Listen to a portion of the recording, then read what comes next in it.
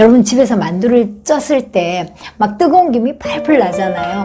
여러분이 화가 막 나 있을 때 그 뜨거운 것을 아이에게 그대로 막 화를 내는 건 그 뜨거운 만두를 아이 입에 그대로 넣어주는 거랑 똑같아요.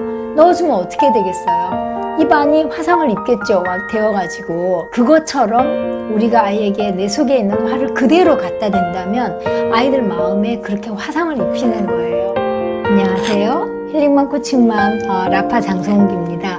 코칭 강의 화에 대한 내용을 찍어서 편집을 하다 보니까 엄마들에게 이렇게 해야만 한다, 이렇게 안 하면 안 된다, 이런 부담을 주는 얘기들을 굉장히 많이 했더라고요.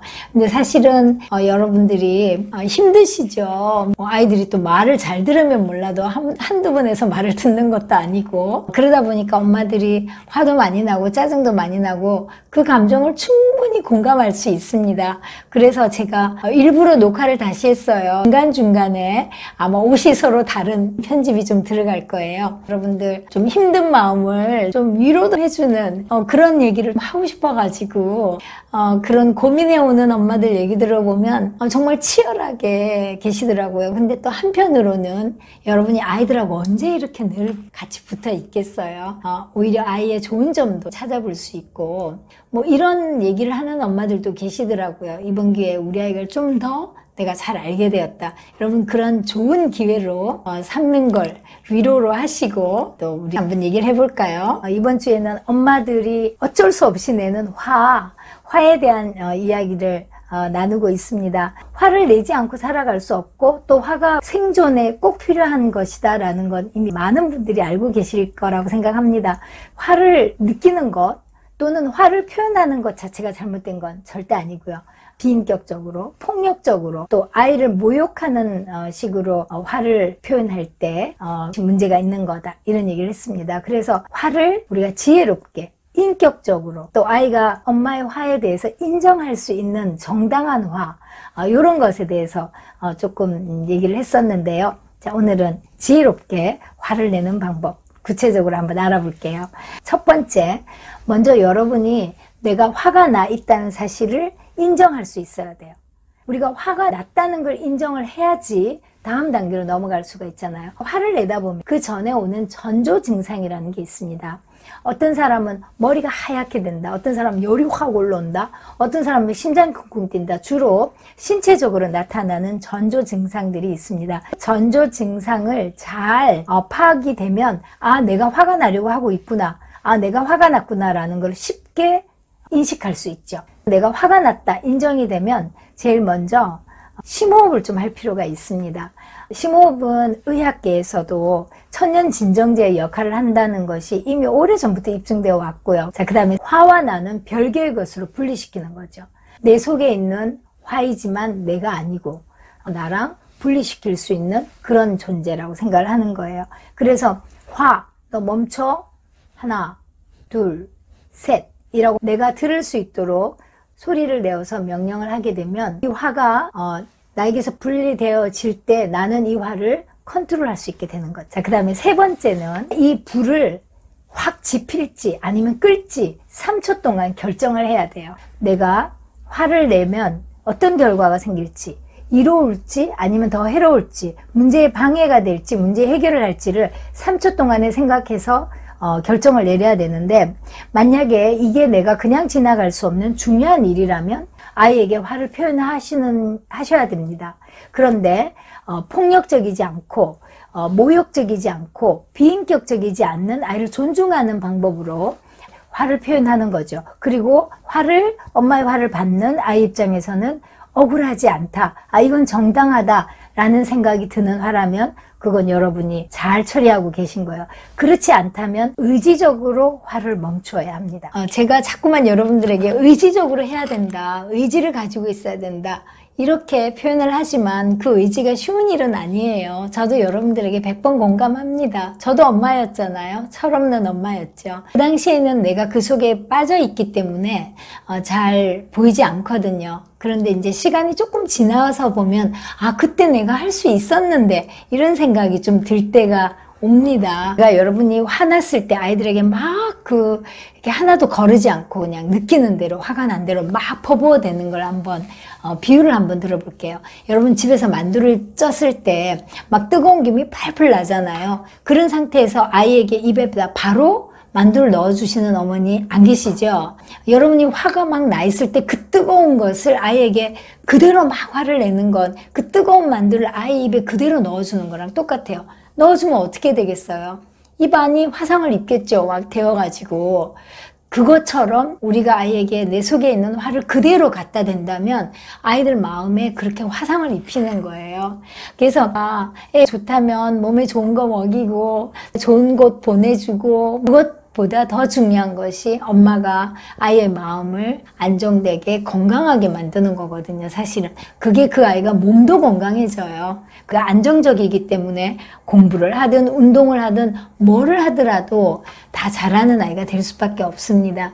아이들한테 엄마한테 뭘 해라고 얘기할 수 없잖아요. 왜냐, 우리가 부모니까. 우리가 어린아이들은 우리가 키워야 할 의무가 있기 때문에 우리가 아이들에게 뭔가를 해줘서 아이들이 잘 자랄 수 있는 거죠. 그래서 어쩔 수 없이 여러분이 부모가 되는 그 순간부터 우리가 인내하고 우리가 헌신하고 우리가 좀 힘들어도 아이에게 해주는 것, 어쩔 수 없죠. 부모니까. 네 번째 단계는 아이가 나를 화나게 했던 행동이 무엇인가를 한번 생각해 보는 거예요. 그냥 생각만 하는 것이 아니라 생각이 드는 걸 종이에 적어 보는 거예요. 이 아이가 내가 무슨 말을 하는데 하고 비웃었다든지, 아이가 나를 거슬리게 하는, 내 마음을 몹시 기분 나쁘게 하는 뭔가 있었을 거라는 거죠. 그걸 적어보는데, 제가 이런 얘기를 하면 아이에게 막 화가 나 있는데 어떻게 참냐, 그거를 내가 지금 이렇게 막 펄펄 끓는데 라고 얘기하시는 부모님들 계시는데, 우리가 사회에서 누구 만나잖아요. 화가 난다고 해서 화를 확 더 풀지는 않잖아요. 그쵸? 화를 다 뱉어내면 그 사람하고 관계가 원수되지 않나요? 네. 우리가 그렇게 할 수 있다는 건 내 아이에게도 화를 내가 어느 정도는 참아서 수위 조절을 할 수 있다는 얘기예요. 다만 아이이기 때문에 안 할 뿐이죠. 그렇지 않나요? 근데 오히려 내 아이이기 때문에, 또 어리기 때문에 더 그렇게 해야만 한다고 저는 생각을 합니다. 화도 습관적이에요. 그렇게 화를 자꾸만 내다 보면 어쩔 수 없이 습관적으로 나도 모르게 그렇게 화를 내게 되거든요. 습관을 들일 때는 의지가 필요합니다. 처음에 의지로 해서 반복되다 보면 내가 그냥 할 수 있는 습관적인 게 되는 거죠. 화도 어떤 방법으로 내느냐도 사실 많은 부분이 습관에 연결되어 있기도 합니다. 다섯 번째는 내가 이 아이들에게 무엇을 해줘야 될지, 이 순간에 내가 해야 될 게 무엇인지를 생각해 보는 시간이에요. 예를 들면 내가 몸이 너무 피곤하고 지쳐 있는데 아이들이 나한테 요구하는 게 너무 많았어요. 그러면 어떻게 하면 될까요?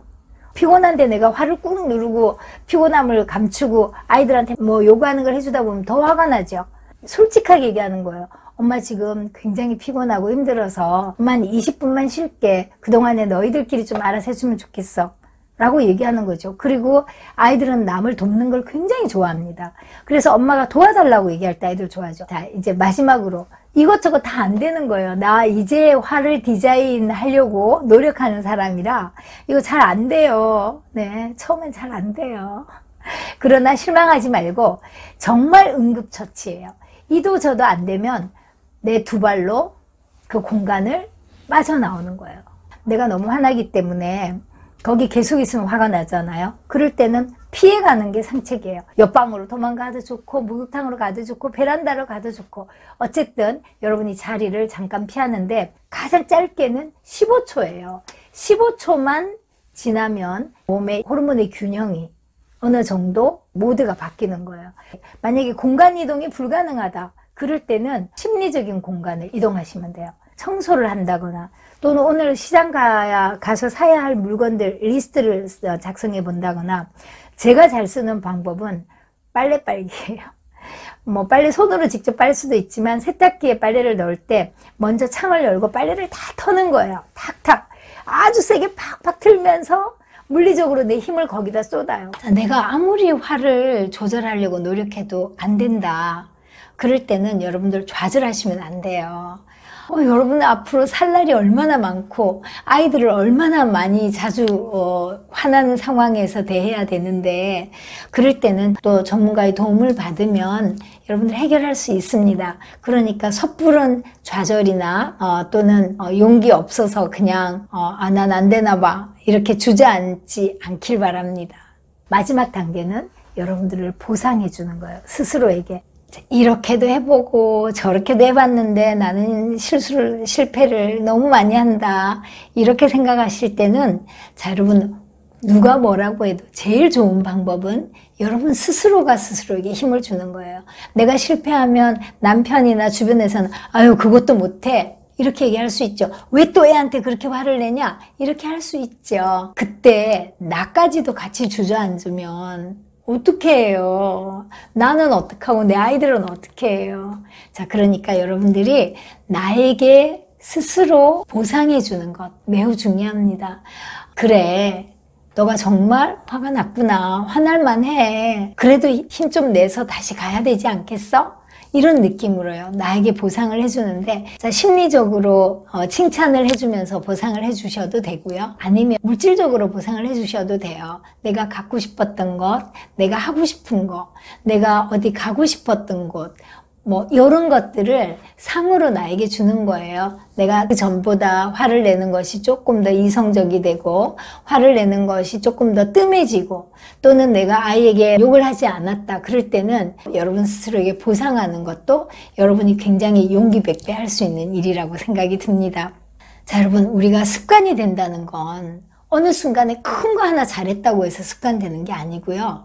우리의 뇌는 작은 것이지만, 사소한 것이지만 자주 할 때, 계속적으로 반복해서 할 때 습관이 되는 거예요. 그걸 우리가 small things often 이라고 얘기하죠. 오늘은 내가 엄청나게 잘 참았는데 한 달 동안 안 참았다 이런 건 아니고요. 그냥 매일 조금씩, 그냥 어떤 날 애한테 야, 너 왜 그렇게 했어? 이렇게 얘기할 걸, 지영아 이리 와봐. 이게 어떻게 된 건지 엄마한테 설명 한번 해볼래? 이런 식으로. 그게 아주 작은 거라도 여러분이 자주 반복할 때 여러분에게 또 새로운 습관이 생기는 거거든요. 코로나 때문에 엄마들이 너무 힘들어 하신다 그래서 화를 방송했더니 화에 대해서 좀 더 구체적인 얘기들을 많이 물어오셔서 앞으로 화에 대해서 좀 구체적으로 몇 주간 여러분들하고 나눌 생각입니다. 많이 시청해 주시고 또 실제로 여러분들 삶에서 적용해 보시길 바랍니다. 오늘도 힘내시고 파이팅!